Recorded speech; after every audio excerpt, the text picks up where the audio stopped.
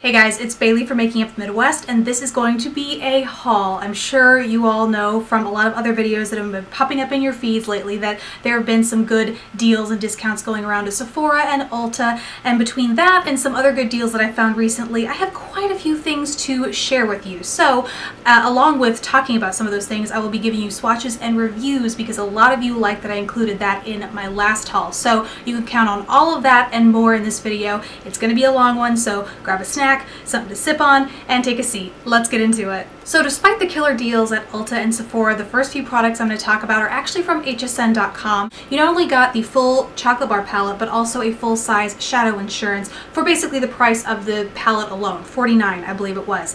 Then there was also a coupon code that you could use for first-time purchases off of hsn.com. If you created a new account, there was a specific code you could use to get $20 off a purchase of 40 or more, I think. So ultimately what it came down to was both of these things for $30. So it's an amazing deal. There are no words. It was an amazing deal. I had to jump on it, and good thing I did because I had written the chocolate bar palette off as just another neutral palette. And granted, the neutral shades in here are very much like those that you might find in the Lorac Pro palette or the Naked palette. What makes it unique is the mixing between those and the purples in this palette. The shadows, of course, are all really well made, really consistent with those that you'd find from Too Faced, but what makes it something that you might look twice at if you're thinking it's just another neutral palette is its mixture with these pinks and purples and plums. I've already done a review on the blog along with swatches and even some tutorials here on YouTube, which a few of you might have seen. In the comments of each of those things, a few of you have asked if I would recommend this or some of the other nude Naked palettes, and I think what it comes down to is if you're looking for a mix of texture, which this absolutely has, and if you'll wear the purples.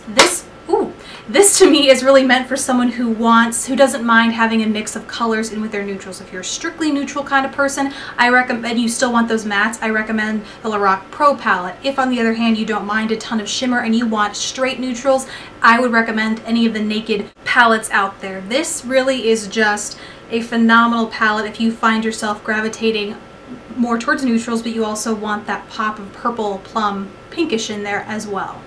So then after finding that deal, I kept perusing HSN to see if there were any other sly beauty bundles they had hidden there.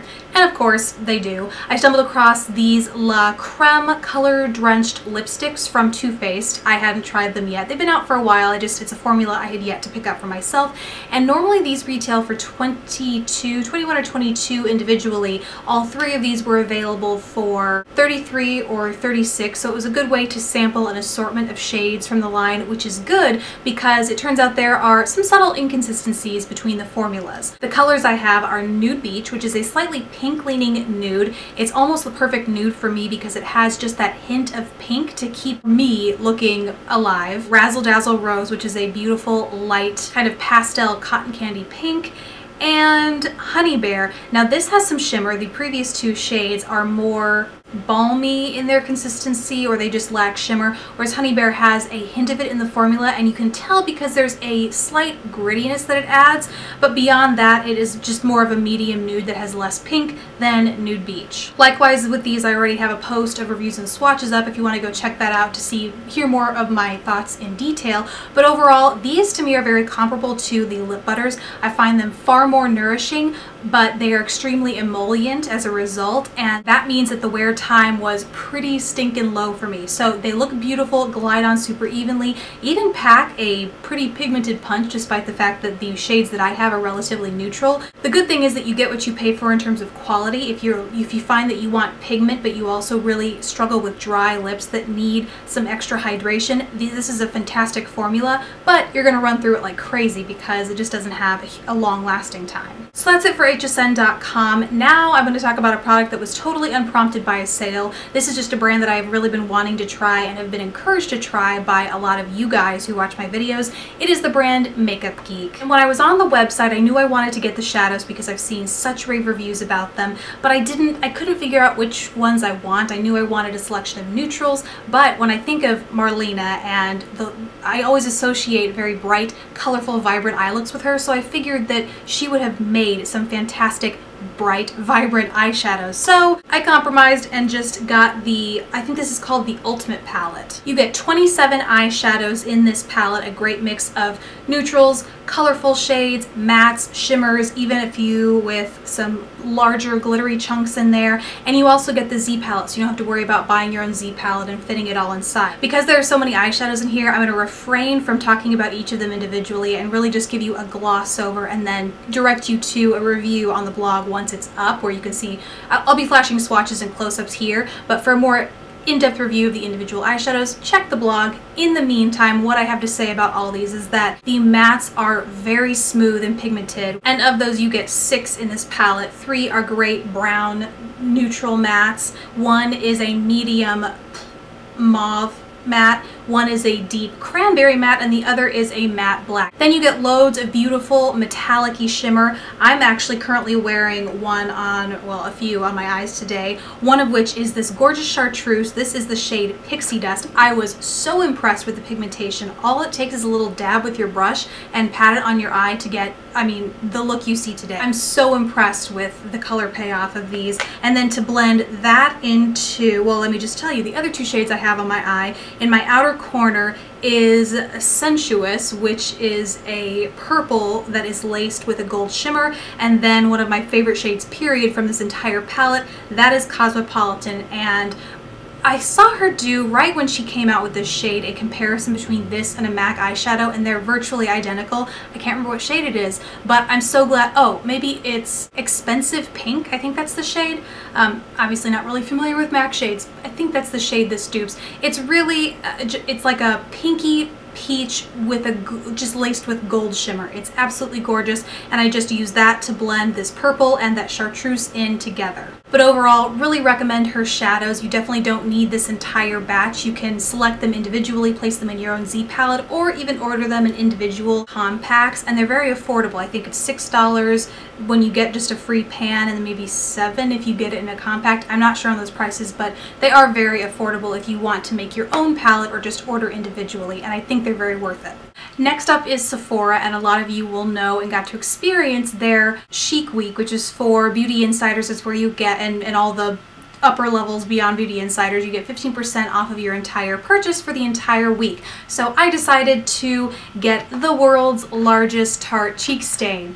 I'm kidding. This is actually 8. It's called their Cheek Stain Vault, I think, or it contained every single shade in the cheek stain line, and it just happened to come in this comically large cheek stain canister, which actually doubles as a jewelry holder. You open it up inside, and there were 4 over here, 4 over here, but when you took the plastic out, there are actually little hooks up here that, as you can see, I've hung jewelry on, and then these drawers open up. If I can get them open. I don't think I can get them open, but they do open up and you can keep little rings in them, which is pretty nice and convenient. But onto the actual makeup, let's talk about what came inside. So as I said, 8 cheek stains. It's actually all of the cheek stains from the collection. Prior to purchasing this, I had tried the old cheek stain formula in like one of those travel size or trial size that you could get as a 100-point perk. I think that's where I got it, and really liked it, but they have since reformulated and repackaged them. So I wasn't too sure what to expect. With all of these, they have a consistency that I would call more gel-like. So you apply it, it has a little bit of a sheen, and it gives you about a minute to sit and work with it. I like personally to apply it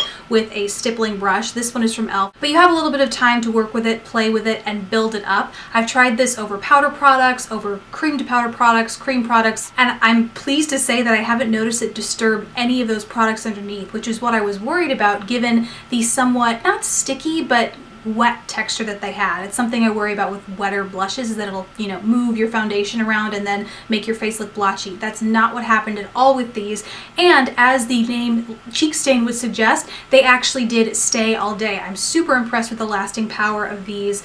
And so if you are in the market for a cheek stain, these are certainly some to look out for. So very happy with that purchase, especially as summer comes around and I start relying more closely or more heavily on stain type products to really keep my makeup lasting all day. The one thing that I would say about these is, as with a lot of Tarte products, it takes a lot to build up the pigmentation, and sometimes the pigmentation is just very subtle. That's kind of true Tarte in my opinion, and so those with medium to deep skin tones might have some issues with a few of these shades showing up on their skin. In fact, it even happened to me with Tipsy. I use it as a highlighter, like I said, but I think it is supposed to be a blush. It's just a very, very sheer blush unless you are very fair. And now to finish off this whirlwind trip to Haulland, we are going to Ulta, where they recently not only had a 20% coupon that included prestige products go around, but they also had their 21 days of beauty, which if you don't know what that means, it's 21 days of steals where you can get certain prestige items, like they'll pick 1 or 2 a day, both in store and online, and they will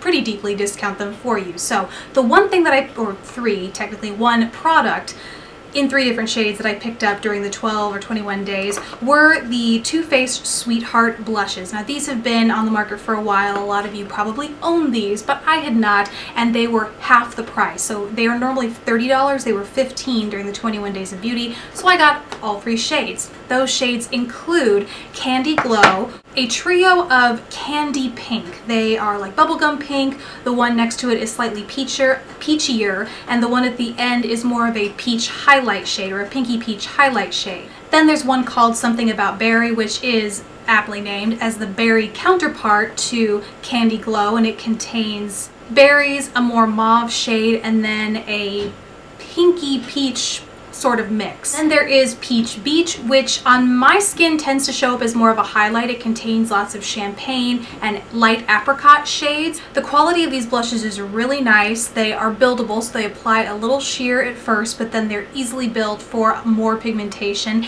They are very shimmery, so if you're not into shimmer, each shade in these is shimmery, if not a little glittery, so those who like matte blushes stay away. But those who love shimmer, the shimmer in these is very fine and kind of doubles as a highlight for these 2, the Candy Glow and the Something About Berry. They kind of double as a highlight. They have so much shimmer in them. The one thing I'm a little disappointed with in these is that you get 3 shades, but the strips are so small that it's a little hard, well, it's very hard to distinguish between the 2 with a brush, unless you have a very small narrow brush. That's not always conducive to applying blush.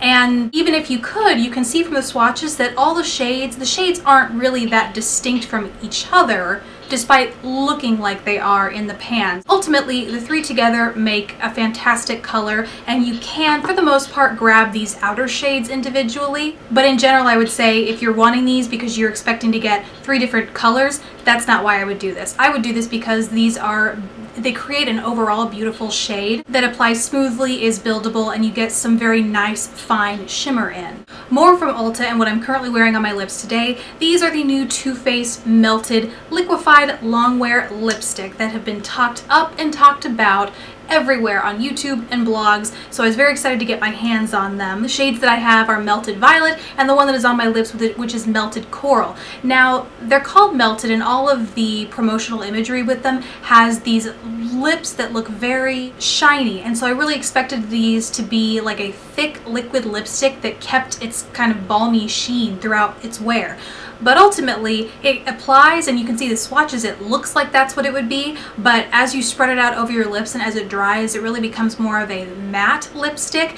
And of the 2 shades, Melted Violet didn't do this so much where it sunk into my lip lines, but if you have the slightest dryness or any kind of flakiness to your lips at all, Melted Coral will sort of emphasize that. These aren't what I would call nourishing. I would definitely layer a balm underneath. But if these shades are your cup of tea and they are fabulous, I definitely recommend them as long-lasting lip colors. And the last of the haul is the Urban Decay Electric Palette. Now, this is something I was on the fence with because a lot of you who regularly watch my videos will know I'm not huge on wearing bright colors. I'll wear them here and there, but in general I stick more towards neutrals. But something about summer and all of the hot shades in this palette, I couldn't stop thinking about it. So with the 20% off from Ulta, I figure if there was any time to try, now was it. So I picked it up, and the other thing that kind of prompted me to buy this as well is Urban Decay, I think in an effort to show people how else they could use these pressed pigments, since they're not eyeshadows, as some of them can't be used directly in the eye area. They have been showing on some of their social pages like Facebook and Twitter and Instagram